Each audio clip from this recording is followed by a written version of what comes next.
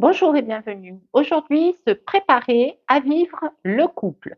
Alors, une petite en garde nécessaire et préalable.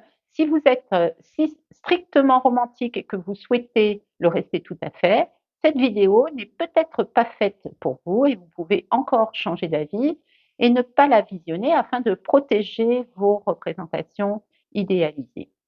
Alors, dans cette vidéo, il ne s'agit pas de détruire toute aspiration romantique ou sentimentale à la belle aventure qu'est la relation amoureuse, mais je vais tout de même mettre les deux pieds dans le plat afin de vous éclairer au niveau des embûches qui vous attendent sur le chemin de la relation, de la conjugalité. Vivre en couple est un défi, voire un challenge impossible, et je m'explique. D'une part, le couple est devenu un enjeu de très grande importance. On le fonde désormais sur l'amour, le plus souvent du moins, ce qui n'a pas toujours été le cas au cours de l'histoire de l'humanité.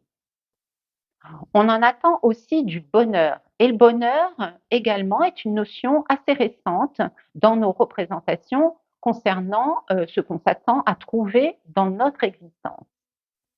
Il y a aussi cette attente de plaisir dans le partage, en matière de sexualité notamment, ce qui est assez récent également. Tout ça dans un contexte de longévité de la vie du couple, du fait de l'allongement de l'espérance de vie, qui expose donc à la routine, la vilaine routine qu'on ne tolère plus, car nous voulons aussi être stimulés pour nous sentir vivants dans toutes les dimensions de notre existence possibles. D'autre part, on peut ajouter d'autres critères qui pèsent sur la stabilité de la relation de couple. Par exemple, l'émancipation des femmes et leur relative capacité à être autonomes financièrement, même si bien sûr il y a encore beaucoup de progrès à espérer. Cette autonomisation des femmes permet à certaines d'entre elles de dépasser l'obstacle économique lorsque la vie conjugale n'est plus satisfaisante. La conscience de soi et le désir de se déployer en dehors du statut social d'épouse ou d'époux, ou de mère ou de père de famille, est ce qu'on appelle la crise de la quarantaine, dans laquelle on peut être tenté de rebattre les cartes de sa vie.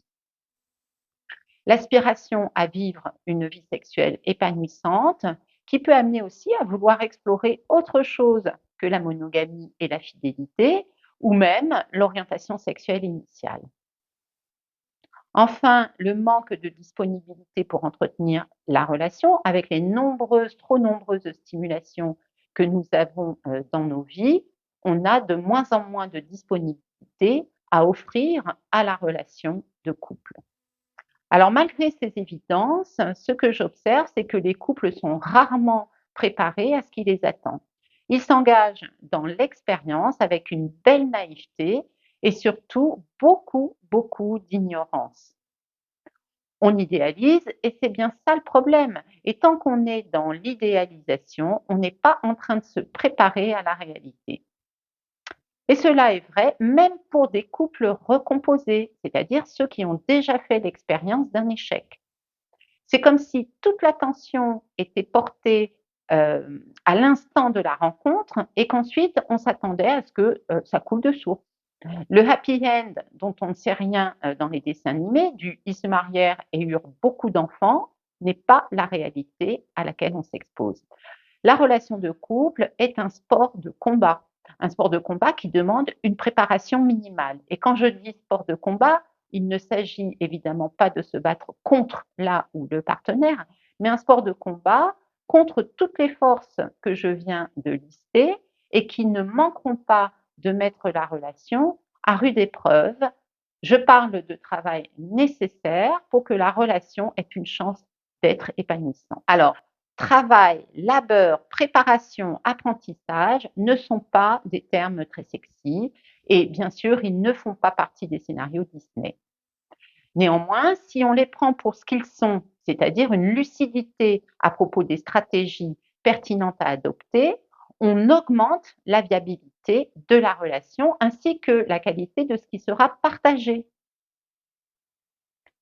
Tous les ans, pas très loin de mon cabinet, ici à Muret, il y a un salon du mariage visité par des couples qui s'apprêtent à s'unir pour le meilleur et pour le pire.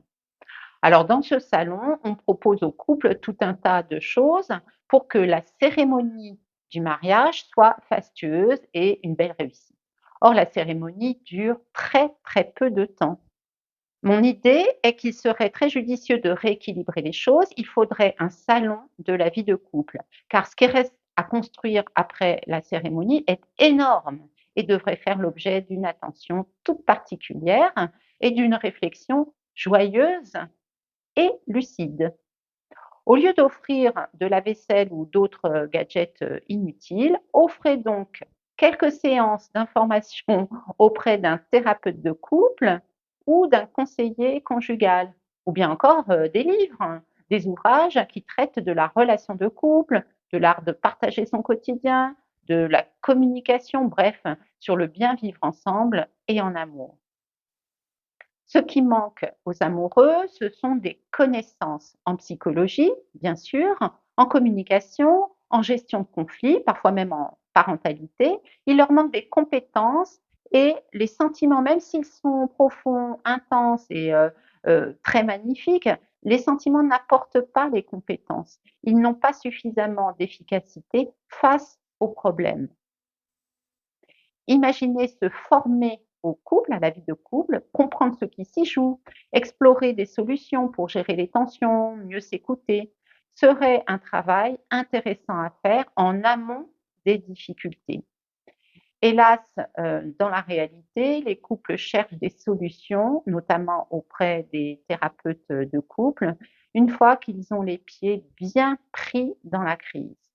Et c'est souvent, à ce moment-là, beaucoup plus compliqué de les aider à y voir clair, car la relation est déjà un petit peu abîmée et l'attente de solutions est marquée par de trop nombreuses blessures et déceptions. Il y a une attente impérieuse avec du stress.